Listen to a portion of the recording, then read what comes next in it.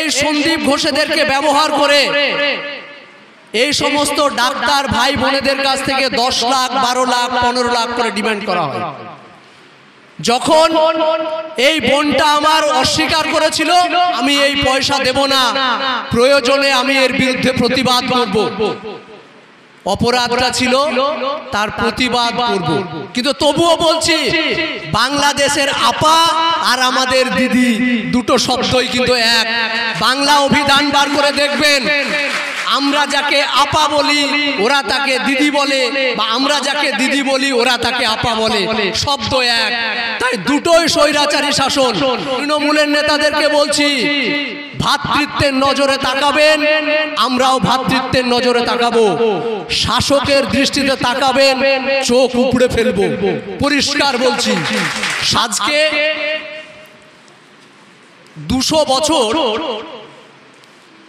British অপশাসনের হাত থেকে মুক্তি পাওয়ার পর প্রায় ৭৮তম স্বাধীনতা দিবস উদযাপন করতে আজ আমরা এখানে। কিন্তু স্বাধীনতার ৭৮ বছর পরেও আমরা কি প্রকৃত স্বাধীন? এই প্রশ্নটা যদি আমরা করি নিজেদের কাছে, তাহলে আমার মনে হয় অনেকের উত্তর না আসবে। কারণ আজকের দিনে দাঁড়িয়ে আমরা স্বাধীনতার মধ্যে দিয়ে সবথেকে ভালো যেটা আমাদের প্রাপ্তি ছিল সেটা হলো ভারতীয় সংবিধান।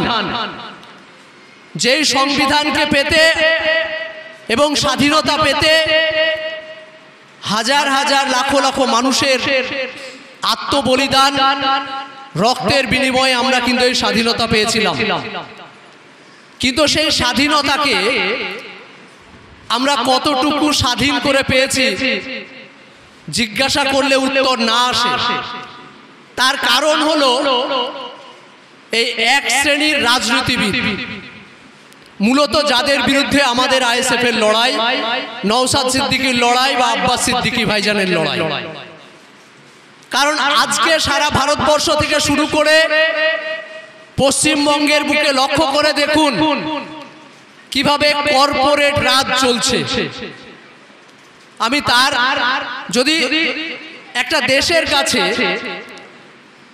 সাধারণ জনগণের 2-3টা বেসিক নিড থাকে, একদম বেসিক কিছু পাওয়া থাকে, সেগুলো হলো স্বাস্থ্য, শিক্ষা, বাসস্থান, নিজের ন্যূনতম রুজি রোজগারের জায়গা বা ক্ষমতা। এইগুলো একটা রাষ্ট্রের কাছ থেকে আমাদের বেসিক নিড, একদম ন্যূনতম চাহিদা বা ন্যূনতম চাওয়া। বিকল্প হিসাবে আমরা কি পাচ্ছি? আরজি কর। স্বাস্থ্য ক্ষেত্রে যদি বলতে যাই, আরজি করের মেয়েটা আজকে যে আমার বোনটাকে ধর্ষণ করে হত্যা করা হয়েছে, এটা কোনো বিক্ষিপ্ত ঘটনা নয়, এটা প্রি প্ল্যান, একদম সুপরিকল্পিত মার্ডার। কেন বলছি? গত রাত্রে যখন আমরা রাত্রি 2টোর সময় কলেজ স্ট্রিটে রাস্তায় আন্দোলনরত, সেই সময় বেশ কিছু তথ্য আমি পেলাম আমার খুব ক্লোজ মেডিকেল সেক্টরের বন্ধুর কাছ থেকে। এই যত ডাক্তারবাবু আছেন এখানে, এই পড়াশোনা যখন শেষ পর্যায়ে যায়, যখন আপনার ডিগ্রি কোর্সটা, একদম পাতি বাংলায় বলছি, যে যখন আপনার কোর্সটা শেষ হবে ঠিক সেই সময় আপনাকে সার্টিফিকেট ইস্যু করা হয় বা এক্সাম নেওয়া হয় বা প্র্যাকটিক্যাল পেপার সাবমিট করা হয়। ঠিক সেই সময় এই সন্দীপ ঘোষেদের মতো লোকের মাধ্যমে, যেমন ভাবে মমতা বন্দ্যোপাধ্যায় শিক্ষা দুর্নীতি করেছে, পার্থ চ্যাটার্জি মানিকদের মতো লোকেদেরকে ব্যবহার করে, অনুরূপভাবে এই সন্দীপ ঘোষেদেরকে ব্যবহার করে এই সমস্ত ডাক্তার ভাই বোনেদের কাছ থেকে 10 লাখ 12 লাখ 15 লাখ করে ডিমান্ড করা হয়। যখন এই বোনটা আমার অস্বীকার করেছিল যে নিজের যোগ্যতায় নিট এক্সাম দিয়ে, নিজের সমস্ত যোগ্যতার সর্বভারতীয় স্তরে প্রমাণ দিয়ে আমি এইখানে চাকরি মানে পড়ার সুযোগ পেয়েছি, আমি এই পয়সা দেব না, প্রয়োজনে আমি এর বিরুদ্ধে প্রতিবাদ করব, অপরাধটা ছিল তার প্রতিবাদ করব। অর্থাৎ সে যদি এই সিস্টেমটাকে মেনে নিত, মনে করত যে 10 লাখ টাকা একটা ডাক্তারের 1 বছরের ইনকাম, আমি ভবিষ্যতে সেই পয়সাটা আর্নিং করে নেব শুধুমাত্র এই দলদাসদের কাছ থেকে বা এই নরপিশাচদের কাছে মাথাকে নত করব, তাহলে আজ আমার এই আরজি করের বোনটাকে হত্যা হতে হতো না বা গণধর্ষণের শিকার হতে হতো না। সে যে প্রতিবাদ করেছে যে না আমি এই সিস্টেমটাকে ব্রেক করব, এটা ছিল তার অপরাধ। আজ শিক্ষা দুর্নীতি দেখুন, এরা চাইছে শিক্ষা, স্বাস্থ্য এই সমস্ত বিষয়গুলোকে বেসরকারীকরণ করতে। বিশ্বজিৎদা বলছিল যে 8200 প্রাইমারি আপার প্রাইমারি শিক্ষা মানে স্কুলকে বন্ধ করে দেওয়া হয়েছে। এর আগে একটা এডুকেশন ডিপার্টমেন্ট নোটিশ করেছিল কি 169টা স্কুলকে আদানিদের হাতে দেওয়া হবে। কোন স্কুল? সেইগুলা হলো সব পৌরসভার অন্তর্গত, মানে অর্থাৎ একটা কলকাতা মিউনিসিপ্যালিটির অন্তর্গত যদি 15 কাঠা জমির উপর একটা দোতলা বিল্ডিং থাকে, তাহলে ভাবুন তো কত কোটি টাকা দাম। মমতা বন্দ্যোপাধ্যায় বলছে এগুলো আমি লিজ দেব পরে, তার পূর্ব পরিকল্পনা করে রেখে দিয়েছেন। আর যে নেতাদের পিছনে বা যে তৃণমূল নেতাদের পিছনে আপনারা ছুটছেন, সেই সাজদা আহমেদ হোক বা কোনো এক মল্লিক ভাই হোক, তাদের ছেলে মেয়েগুলা দেখেন, বা তৃণমূলের যারা একটু জেলা স্তরে ব্লক স্তরে রাজনীতি করে তাদের ছেলেগুলোকে লক্ষ্য করে দেখুন তো, তারা কেউ সরকারি স্কুলে যায় না। সরকারি স্কুলে যায় কারা? আমাদের মতো মানুষ যারা দিনমজুরের ছেলে, যাদের ন্যূনতম ইনকাম দিন 500 টাকাও নয়, তারা এই সমস্ত সরকারি পরিষেবাগুলো নিতে যায়। বিশ্বজিৎদা বলছিল যে আমরা যখন মেডিকেল সহযোগিতার জন্য যাই সরকারি হসপিটালে, তখন বেড পাই না, সেখানেও ওই সঞ্জয়দের মতো ছেলেগুলো দাঁড়িয়ে বলে 10,000 দাও, 15,000 দাও, বেড পাইয়ে দেব। এই টাকা শুধুমাত্র কাউন্সিলর নয়, এই টাকা কালীঘাটের টালির চালা পর্যন্ত পৌঁছে দেয়। আমাদের লড়াই এই সমস্ত সিন্ডিকেটের বিরুদ্ধে, সাধারণ মানুষের অধিকার, সাংবিধানিক অধিকারকে বুঝিয়ে দেওয়ার লড়াই। আজকে বলতে বাধ্য হচ্ছি, আপনাদের কমিউনিটির একজন নিজেকে আজ থেকে 5 বছর 7 বছর আগে দেখতাম ধর্মতলার রাস্তায় বড় বড় মানে সভা করছেন। নাম আশা করি মনে করাতে হবে না, নাম সিদ্দিকুল্লাহ চৌধুরী। আজকে আর কোথাও পাওয়া যায় উনাকে? কোনদিন দেখতে পান যে ধর্মতলার রাস্তায় সংখ্যালঘু, দলিত, আদিবাসী ভাইদের উপর যে নির্মম নির্যাতন চলছে তা নিয়ে একটা সভা করতে? দেখতে পাবেন না। কারণ এই মানুষগুলো শুধুমাত্র একটা নীলবাতি গাড়ির বিনিময়ে বিক্রি হয়ে গেছে। এদের মেরুদণ্ডগুলো বন্ধক দেওয়া আছে কালীঘাটের টালির চালায়। কিন্তু আজকের দিনে দাঁড়িয়ে দায়িত্ব নিয়ে বলছি, নওশাদ সিদ্দিকী, আব্বাস সিদ্দিকীর মেরুদণ্ডটা এখনো পর্যন্ত কালীঘাটের টালির চালা আটকাতে পারেনি, যার কারণে 43 দিন জেল পর্যন্ত খাটিয়েছে। কয়েকদিন আগে আপনারা দেখছিলেন না যে নওশাদ সিদ্দিকীকে বিধানসভায় দিদিমণি ডেকেছেন, রিপাবলিক বাংলা ঘটা করে দেখাচ্ছিল। কি আপনারা মনে করেন যে নওশাদ সিদ্দিকীকে এখনো পর্যন্ত মমতা বন্দ্যোপাধ্যায় সেই প্রপোজালগুলো দেন না? ওকেও দ্বিতীয় সিদ্দিকুল্লাহ বানাতে চাই না? চাই, কিন্তু পার্থক্য এটাই যে একটা মেরুদণ্ড বিক্রি হয়েছে, পুরো রাজনৈতিক দলটাকে তুলে দিয়ে পিডিএস করতো না সিদ্দিকুল্লাহ চৌধুরী সাহেব। আজকে সে দলটা কোথায়? দলের কর্মী সমর্থকরা কোথায়? কিন্তু আজ আমরা ভোলা থেকে শুরু করে উলবেড়িয়া থেকে শুরু করে তমলুক পর্যন্ত 56 দিন আমার এক কর্মীকে জেল খাটিয়েছে। বেরিয়ে এসে বলেছে এই লড়াই থামবে না। ভাইজান বলেছে এই লড়াই শেষ রক্তবিন্দু থাকা পর্যন্ত চলবে। এটা সাংবিধানিক অধিকার বুঝে নেওয়ার লড়াই, এটা জল জমি জঙ্গলের অধিকার বুঝে নেওয়ার লড়াই, এটা আপনার অন্য বস্ত্র বাসস্থানের লড়াই। এই লড়াই আমাদের শেষ পর্যন্ত করতে হবে। যে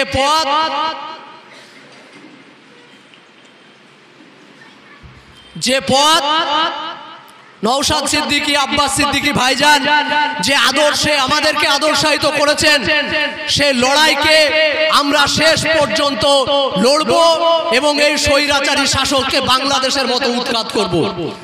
আজকে এই বাংলাদেশ শব্দটা উচ্চারণ করতে ইচ্ছে করছে না, কিন্তু তবুও বলছি, বাংলাদেশের আপা আর আমাদের দিদি দুটো শব্দই কিন্তু এক।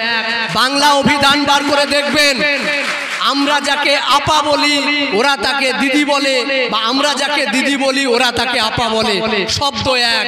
তাই দুটোই স্বৈরাচারী শাসন।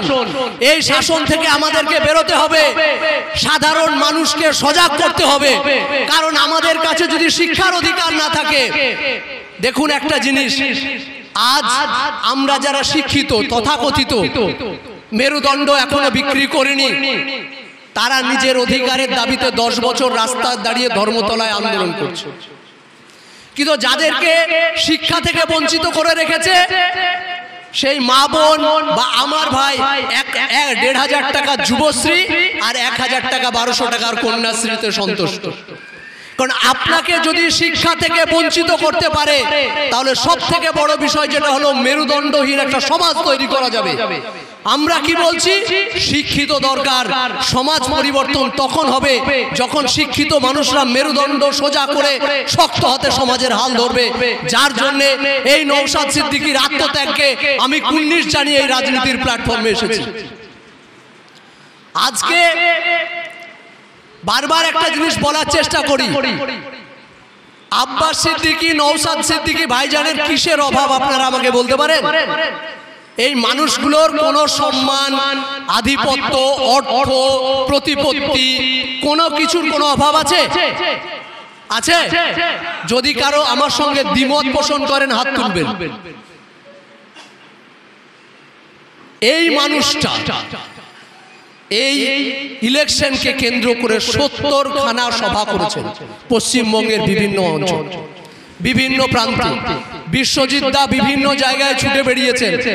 এই মানুষগুলো, এই যে বিশ্বজিৎ মাইতি আর নওশাদ সিদ্দিকী, এই কম্বো লড়াইটা কেন সেটা আপনাদেরকে বুঝতে হবে। এটা হলো সংবিধান বাঁচানোর লড়াই, এটা হলো সাংবিধানিক অধিকারকে প্রতিষ্ঠা করার লড়াই। এই লড়াইয়ে যতটা বিশ্বজিৎ মাইতিকে দরকার, ততটা মহিউদ্দিন মাহিকে দরকার, ততটা আপনাদেরকেও দরকার। আমরা সেই আদর্শে আদর্শায়িত হয়ে, ভাইজানদের আদর্শে আদর্শায়িত হয়ে আজকে সেই লড়াইটাকে সারা পশ্চিমবঙ্গে ছড়িয়ে দেওয়ার চেষ্টা করছে। আর ওরা আমাদেরকে কখনো প্রশাসন ডেকে থানাতে, কখনো ছাদ থেকে ফেলে দিয়ে আমাদের এই লড়াইটাকে দমানোর চেষ্টা করছে।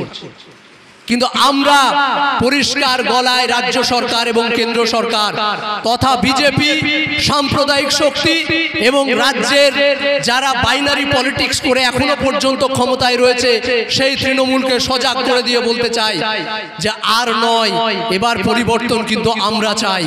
অর্থাৎ সমাজ পরিবর্তন আমরা চাই, সমাজের অধিকার আমরা আদায় করার জন্য রাজনীতির প্ল্যাটফর্মে এসেছি। আজকে একটা বিষয় লক্ষ্য করেন, আমি ভাঙড়ের সমীকরণ দেখছিলাম এবং ভাইজানদেরকে আগে বলছিলাম, ভাইজান ভাঙড়ের বুকে একটা আপনি দেখান তো ভোট পরবর্তী প্রতিহিংসায় বা হিংসায় বা ঘটনায় কোন রকম কোন সিপিএম এর নেতা আক্রমণের শিকার হয়েছে? সিপিএম এর প্রার্থী ছিল তো ভাঙড়ে? ছিল কি ছিল না? বা অন্যান্য রাজনৈতিক কারো কোনো সমস্যা হয়েছে? কিন্তু আমাদের যারা সমর্থক, যারা কর্মী, তাদেরকে জেলে যেতে হচ্ছে কেন? তার একটা ছোট্ট উদাহরণ দিই।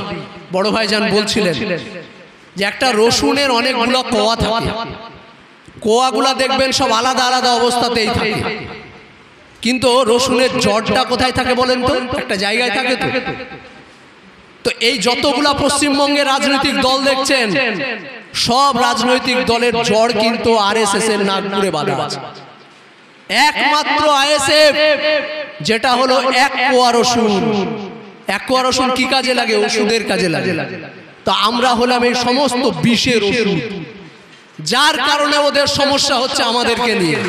আর আমরা যে লড়াই নওশাদ সিদ্দিকী, আব্বাস সিদ্দিকী ভাইজানের আদর্শে আমরা শুরু করেছি, শেষ রক্তবিন্দু থাকতে সে ঢোলা হোক বা আমতা, আমরা কিন্তু এই লড়াই সারা পশ্চিমবঙ্গে ছড়িয়ে দেব। এই আমরা রক্তবীজের ঝাড়, আমরা যে লড়াই এই আমতার পতাকা উত্তোলনকে কেন্দ্র করে, এই আইএসএফ এর ঝান্ডা উত্তোলনকে কেন্দ্র করে আনিস খানকে শহীদ হতে হয়েছিল।